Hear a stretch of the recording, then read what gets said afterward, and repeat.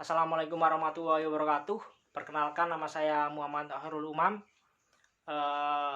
NIM 1702026059.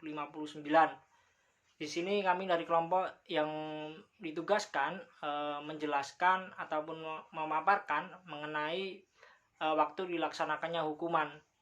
Dan di sini ada 3 hukuman yang kami paparkan, dari hukuman kisos, kemudian hudud, dan juga hukuman takzir.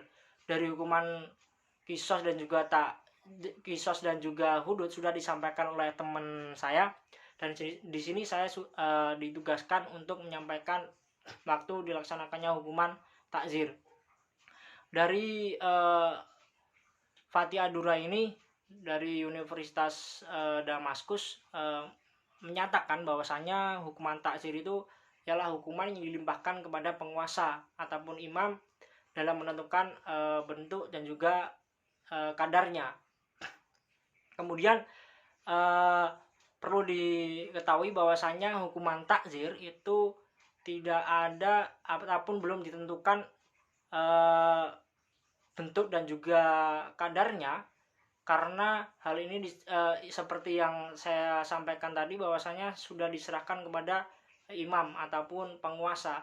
Jadi penguasa di sini adalah delegasi dari syara, bahwasanya penguasa ditugaskan untuk menentukan bentuk dan juga kadar terendah dan juga tingginya dari suatu hukuman. Kemudian hakim di sini bertugas hanya sebagai pemilih dari apa sih hukuman yang pantas diberikan kepada si pelaku.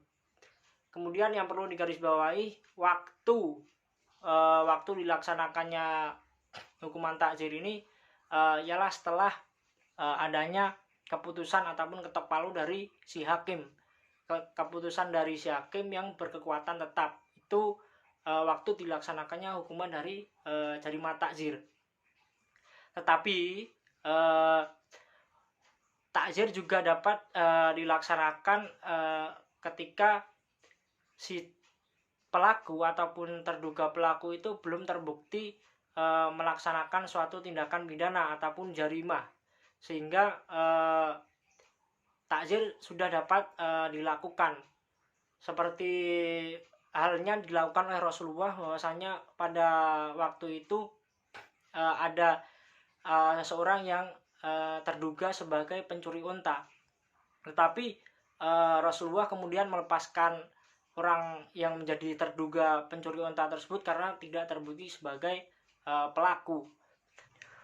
Oke, dari kisah Rasulullah di atas itu bahwasanya takzir itu dapat dilakukan ataupun dilaksanakan ketika adanya kesepakatan kemaslahatan umum, sehingga takzir itu dapat dilakukan.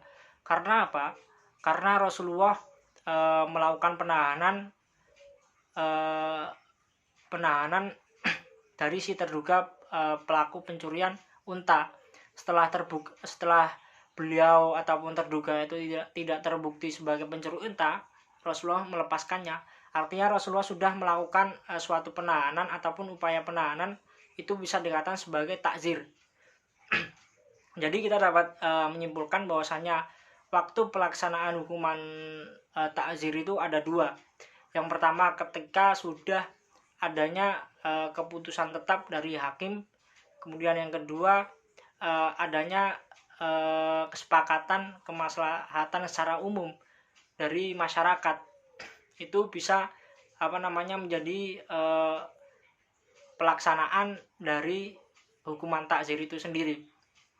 Mungkin itu dari saya yang bisa disampaikan, kurang lebihnya mohon maaf, karena saya menyampaikan itu untuk tidak menjelaskan secara keseluruhan. Artinya monggo dari teman-teman bisa bertanya. Terima kasih. Wallahul muwaffiq ila aqwamit thoriq. Wassalamualaikum warahmatullahi wabarakatuh.